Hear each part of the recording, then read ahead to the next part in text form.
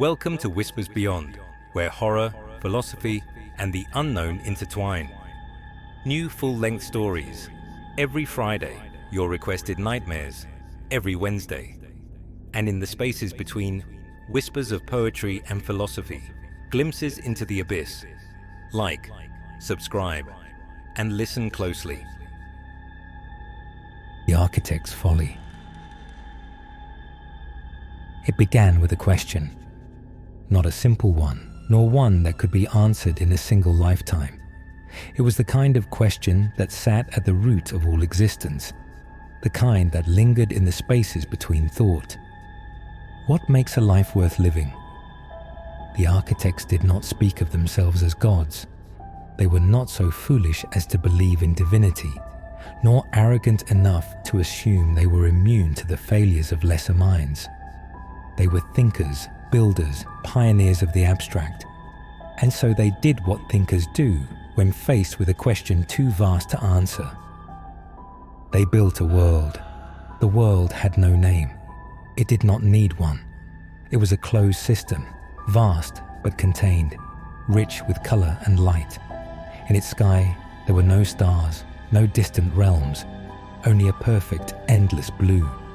Its land was soft and fertile, its waters deep and calm. The air was warm but never too warm, cool but never too cool. Every fruit bore its sweetness in abundance. No beast clawed at another's throat. No hunger festered. No hand was raised in anger. It was a paradise. And within this paradise the children were born. They did not know they were born. They simply were. They emerged fully formed, minds unburdened by memory, souls untouched by hardship.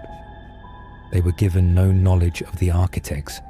For what use did they have for knowledge beyond the world they inhabited?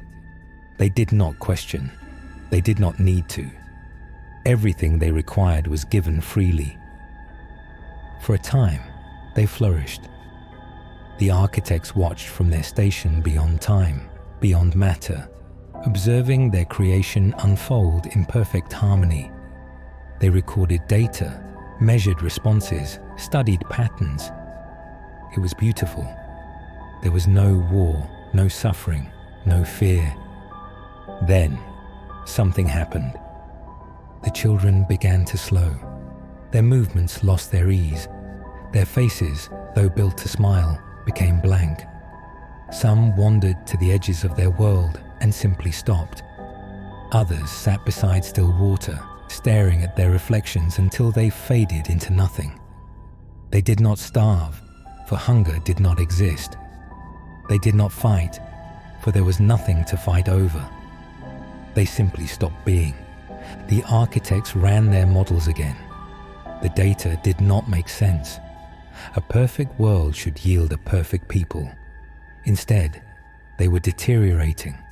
Some lasted longer than others, but in time, they all collapsed beneath the weight of something the architects had not predicted.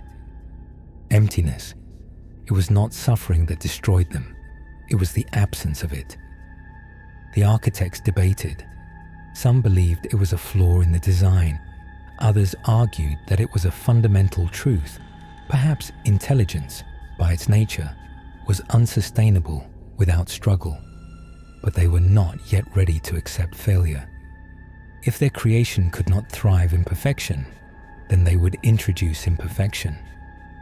They would try again. And so, with careful hands, they reached into their world and made their first change. The children did not notice at first. It was subtle, just enough friction to awaken their senses. A slight chill in the air, a hunger that could be satisfied but not ignored.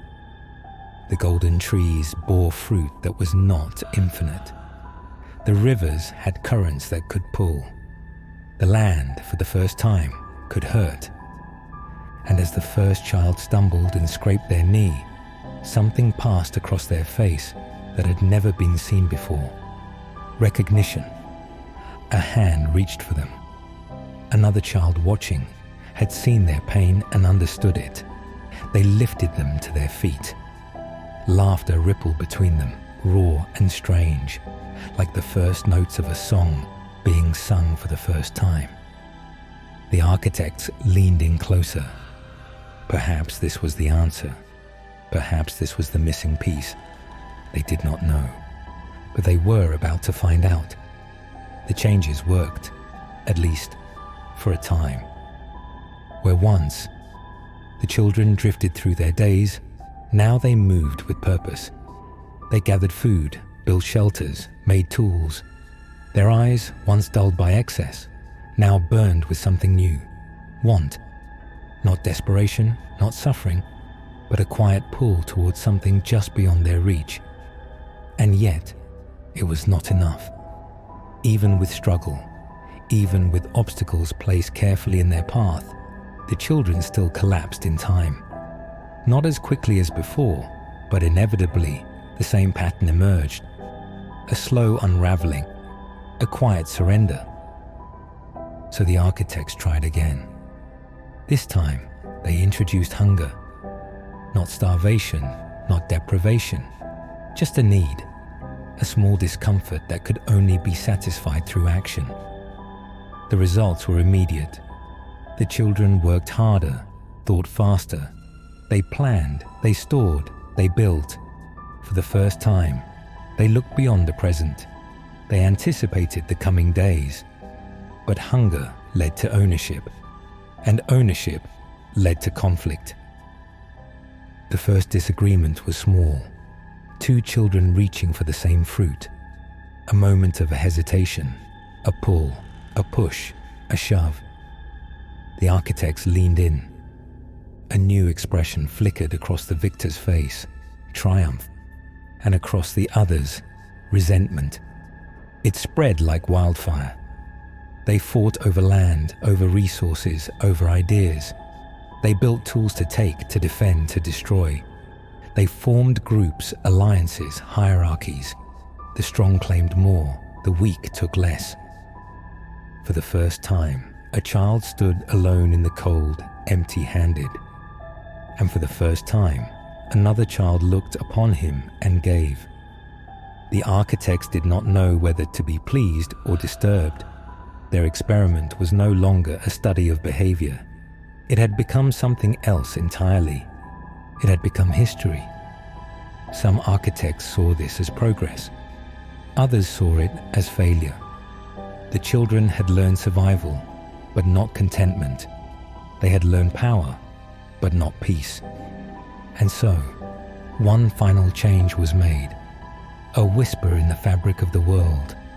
A question planted deep in the minds of the children. Why are we here?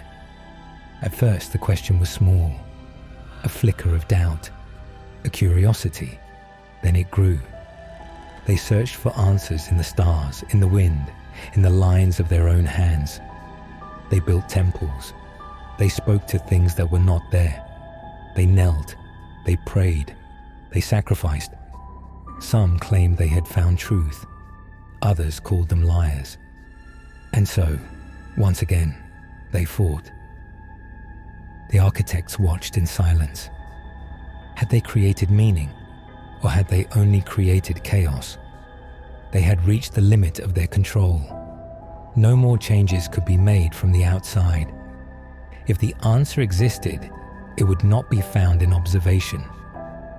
One of them had to go inside. One of them had to become. The architects had reached an impasse. The children had everything they needed: struggle, purpose, the capacity for love and hate, for creation and destruction. Yet still, the world teetered on the edge of collapse. With every cycle, kingdoms rose and fell. The strong devoured the weak. The dreamers built, and the desperate burned. And through it all, they searched for meaning. They spoke of gods. They carved symbols into stone. They offered blood to the sky, whispering prayers to the unseen. They begged for knowledge, for guidance, for an answer to a question they did not fully understand. The architects watched from the other side of reality. The children had felt their presence, though they did not know their names. Some believed the world had been made with intent. Others thought it was nothing but chance, that suffering was as meaningless as joy. The architects had tried everything, every variable, every equation, every careful shift of the world's balance.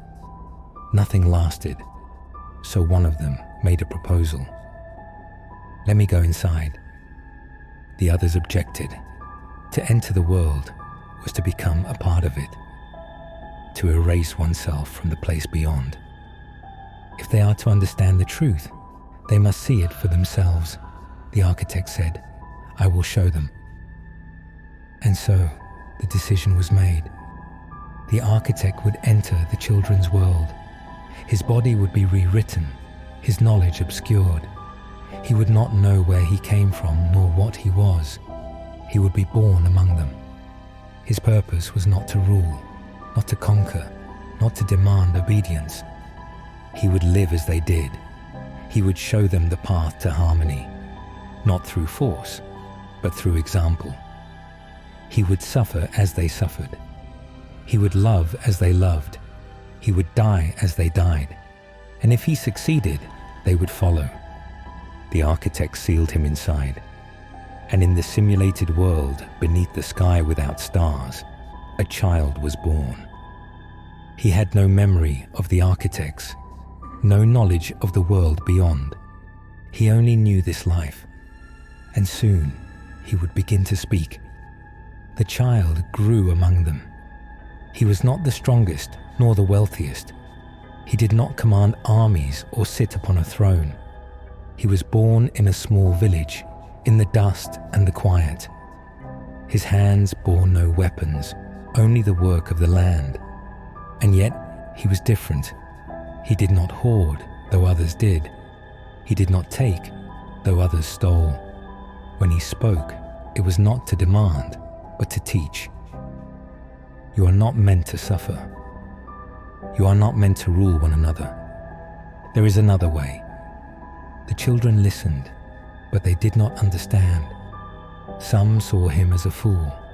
Others saw him as a danger, a threat to the order they had built, to the power they had claimed. He walked among the broken, the hungry, the forgotten, and they followed him. But power does not yield easily, and so they killed him. It was done as it had always been done. He was beaten, mocked, cast out. He was nailed to wood, thrown into the earth, erased from the world. For a moment, the world was silent. The architects watched, waiting. Was this the end? Had they sent their messenger only for him to be swallowed by the same cycle of violence? Then something happened. The children did not forget. They remembered his words, his kindness, the way he had lived. They told stories of him. They carried his teachings across the land. And something shifted. For the first time, they asked not just who had power, but why. For the first time, they questioned the cruelty of the world they had inherited. They built new ways of living. They gathered in the ruins of their old empires and wrote laws that bound kings as well as peasants. Not all followed, and not all believed, but the seed had been planted, and the world did not collapse. It changed.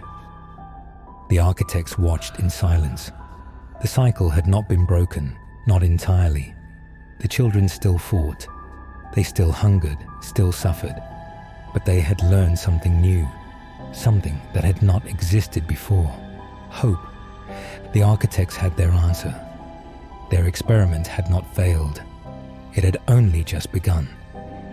They prepared to end the program. Their work was done. The simulation could be shut down, their data complete. But something was wrong. The system would not respond. The world continued without them. It was no longer bound to their changes, no longer subject to their control. The children had outgrown their makers. The architects had not created them. They had become real on their own. And in the simulated world, beneath the sky without stars, the children gazed upward still searching, still waiting for something beyond themselves, for gods that no longer spoke. Time passed. 1,000 years, 10,000, 100,000.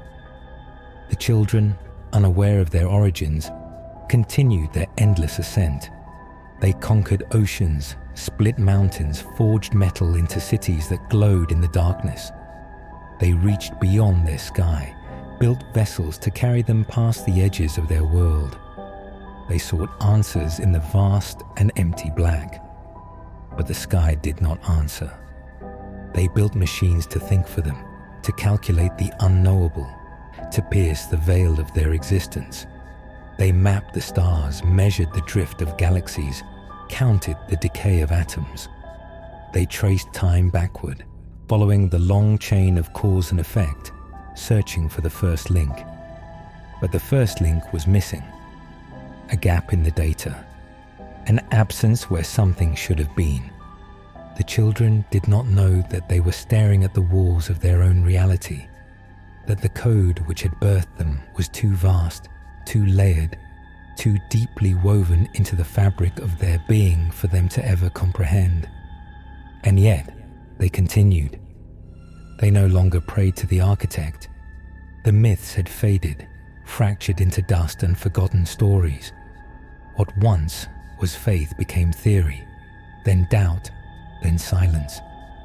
The name of the architect was lost, but still they searched for meaning, for purpose, for the hand that had shaped them.